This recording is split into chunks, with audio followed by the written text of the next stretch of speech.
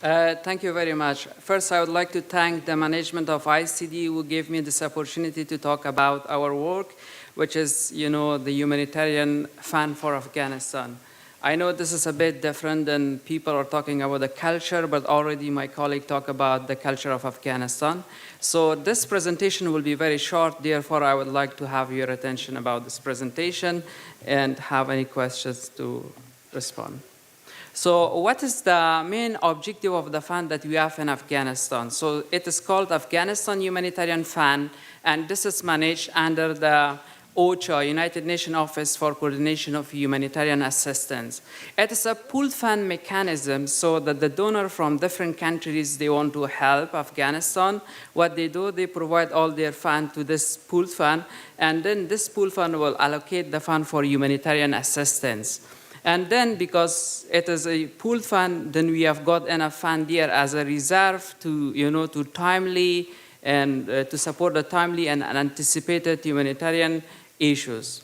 And also it strengthened the leadership of humanitarian coordinator in Afghanistan and cluster coordination. Humanitarian coordinator is the highest official rank of United Nations in Afghanistan who deals with humanitarian issues. And then we have got cluster system. With the cluster system, I mean, like, for example, we have got nutrition cluster, wash cluster, emergency cluster, and all organizations that they work in, for example, in nutrition, so they are called as a cluster.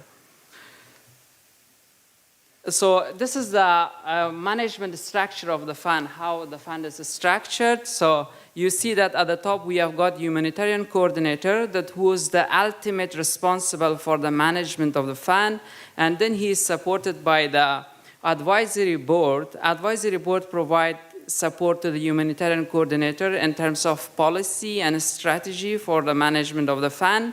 And then we have got humanitarian financing unit who works in terms of operational and technicality for the management of the fund.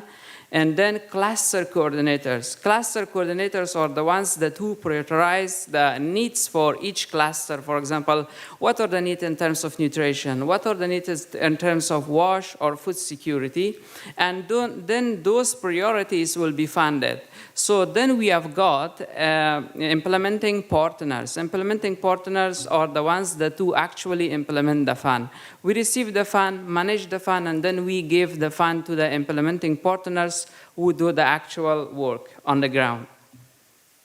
So why AHF or why Afghanistan Humanitarian Fund? Somebody will say, okay, why I should give fund you? It is because it avoids duplication of funding and program overlapping. For example, Germany may support a program in a specific part of Afghanistan. Then it's possible Denmark is also supporting the same program in that specific part of Afghanistan. And if they individually, without coordination, do the support, there will be duplication. But if they support this fund, provide their fund, their help to this fund, pool fund, which is called Afghanistan Humanitarian Fund, then there will be the duplication and overlapping of the program will be avoided. Then it's also a good funding channel for donors with no presence on the ground. For example, Republic of Korea wanted to help for Afghanistan, but they do not have any presence in Afghanistan. So it is very easier for them that they provide the fund directly to pool fund, to this pool fund, and then the fund will be allocated for the strategic and critical needs of Afghanistan. And then this fund has got a very robust accountability framework that is inclusive of the audit system, monitoring system, and reporting system to ensure that the fund is spent in the best possible way and any possible fraud is detected and avoided.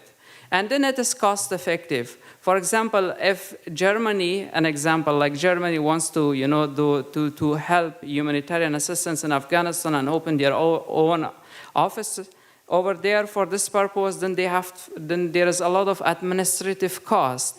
But if they do their support through this fund, then all the unnecessary administrative cost will be avoided. And then who are eligible organizations that they work as an implementing partner for Afghanistan Humanitarian Fund? It is UN agency, It is international organization like international NGOs, national NGOs. And then how we select these partners will be selected through two programs. One is called a due diligence, which is a desk review of their documentation. And then the second one is capacity assessment. And through the capacity assessment, it is actually, we have contracted out KPMG, and KPMG goes to each organization, check their program and operations, and make sure that if they are, the right partner to implement the project. And then the results after the report, there will be a rating system, and all the organizations that were selected as a eligible organization for the fund, they will be rated as high risk, medium risk, low risk partners. And how does allocation happen? Once you're an eligible organization, it doesn't mean that you will receive fund. But what you have to provide proposal, and your proposal will go through the allocation process. We have got two kinds of allocation. One is a standard allocation. The second one is reserve allocation. A standard allocation is for all foreseen, predicted needs in Afghanistan, while reserve allocation is for the one which are unforeseen. For example, earthquake, that you cannot predict that. So if that happens, then any humanitarian assistance for that purpose will be helped through the reserve allocation. And then we have got allocation process. Your proposal will go through two process. One is called SRC, Strategic Review Committee, and then the other one is Technical Review Committee. The Strategic Review Committee makes sure that your proposal is strategic relevant, while the Technical Review Committee makes sure that your proposal is complete, your budget is okay, and all missing information is provided and accurate. And this is the performance or achievement of this fund for 2015. So the Afghanistan Humanitarian Fund for the United Nations in Afghanistan received about 38.5 million in contributions, and then we allocated this fund for different projects for 37.9 million.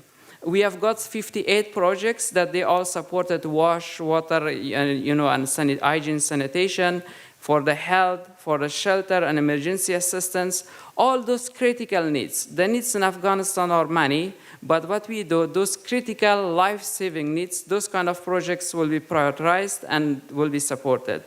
And then this fund was implemented, and then this 58 project was implemented by 35 implementing partners, and we have reached to 3.4 million beneficiaries who were displaced as a result of conflict and natural disaster.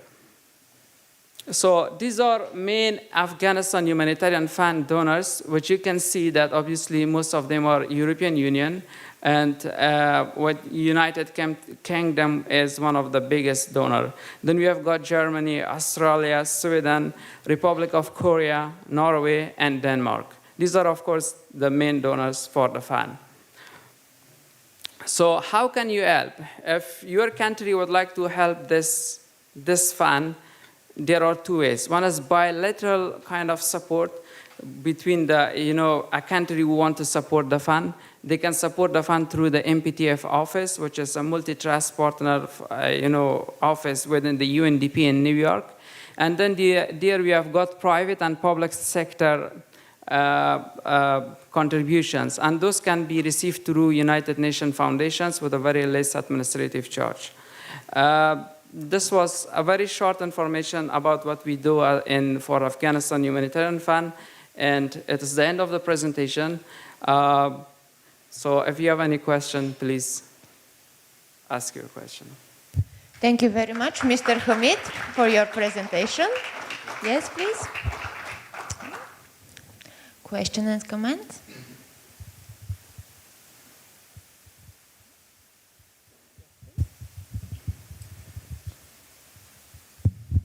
That is a wonderful presentation, well educative and full of information. What I want to ask you is this. Do you accept contribution or donation for any organization, or you have specific organizations that accept contribution from them? And do you accept it from any country? And if so, I'm a bit surprised that you say these are your major contributors. People like from the United States, I wonder don't you get anything from their foundations, like Bill Foundation, Gates Foundation, Ford Foundation, all these kind of places? They don't contribute anything? Or is it? Or do you have? Hello, excuse me. Thank you very much. No, excuse me, I'm not yet through. Okay, please. Yes, I'm still on it. Still on that aspect, do you intend to tell me that this 38 million of you're talking about, you distributed 37 million? That means you are left with just over 600,000 for your overhead cost.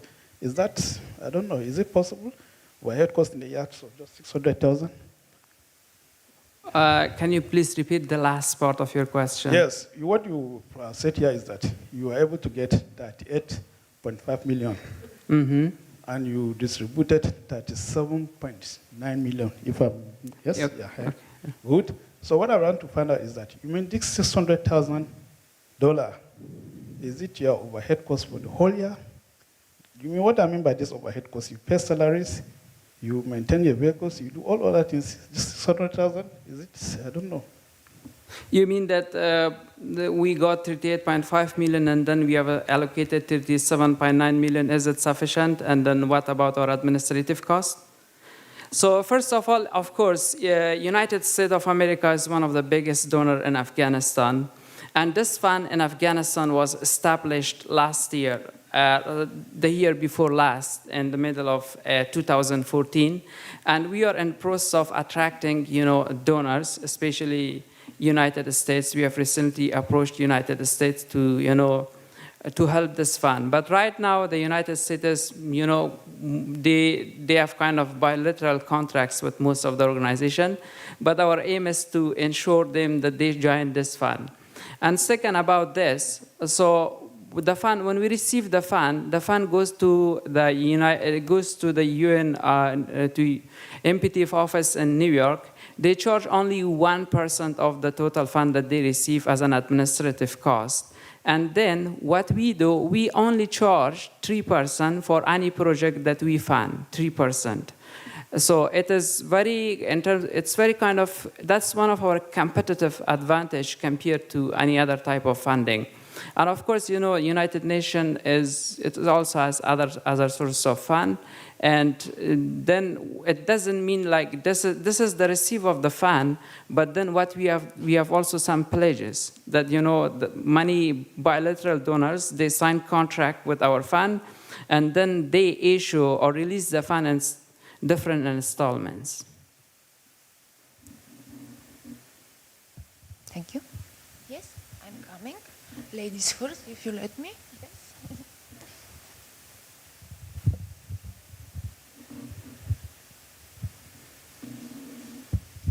Hello, I'm Vladimira, I come from Slovakia. I'm writing my master thesis about the Can you please be a little?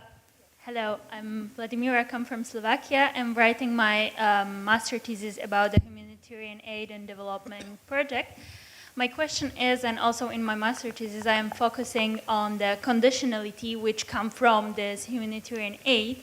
And lots of scholars are thinking that this financial support make the country dependent on the funds. What is your point of view to this special funds to Afghanistan? Is any advantage of this for sure there, but is already find out the biggest advantage of special for these funds in Afghanistan? So I think that's a very good question. In some countries that they support and what they have got their own condition, what to support, what not to support. So what we have done in OCHA, we have got humanitarian's need overview and then humanitarian response plan. So the humanitarian needs overview see that for each year what are the needs in the country, and then we have got humanitarian response plan. So what are our plan to to do for those things. So that is what we share with our donors, and the donors then based on that they provide their help to our fund. And of course, we do not accept any kind of, any kind of condition from the donor. So the donors should say, for example, this fund should not be should not be allocated to this kind of people, or for example, for that people, because we have already the humanitarian response plan. It is very clear, well detailed. It says, okay, what are the needs in Afghanistan, and what are the critical needs? And because we want to help the critical needs for Afghanistan, for example, we did the humanitarian need overview for 2016. About 8.1 million people are in need for the humanitarian support, but out of 8.1 million, 3.5 million are, the ones that who need critical, who are in critical conditions, so they need life-saving kind of support. And overall need for 2016 is about $417 million. So then, of course, all the funds that the donors they help, they not come to this pooled fund. Some of them has kind of bilateral arrangement. So our aim is that we have to attract those, and those funds through all be channeled through, through our office, because our offices, Office of Humanitarian Coordinations for Humanitarian Assistance, and it is the United Nations office that works for humanitarian assistance in any country. Thanks. Hopefully I have answered your question. Yeah. Hello, my name is Adam. I come from Prague, the Czech Republic. And I just wanted to make a point regarding the actual refugee crisis that is hitting Europe pretty strongly. Well, it is a well-known fact that among the refugees, there are not only the citizens of Syria, but there are also a lot of Afghan people. Maybe you could tell me why so many Afghan citizens are leaving Afghanistan. Thank you for your explanation. Thank you for your question. I think it is a challenging question. So first, our work is all about the humanitarian assistance, like if there is conflict, and then, natural disasters, all these things. But the reason that, and then we work with a lot of displaced, internal displaced people, and also some of the refugees that they, in the border that they came from Pakistan to Afghanistan, so we support them. But the main challenge in Afghanistan is, as everyone knows, is the insecurity in our country. So then, unfortunately, there is not a lot of work opportunity for our youth. We have a lot of people that they have graduated from school, but there is no job for them. So those are the people that they actually leave the country, and some of them are also because of the conflict. They have lived in a conflict zone, and some of them are uneducated. They did not receive education, and they cannot do some of the work which is available and which are competitive. Then they think it's better for them to leave the country and come to Europe to have a better life. But I think it is the fault of our government, I should say. It is my personal opinion that our government needs to do a lot for these, for our youth, to make sure to provide them good, life conditions and in the country. And this was also the point that the other day the member of the parliament talked, that we have to make better conditions for the people down there in Afghanistan. If we do that, then they will not come to these countries. Thank you very much, Mr. Hamid, for your presentation and for answering to the question of our audience. Please join me in our sincere gratitude to Mr. Hamid. Thank you very much.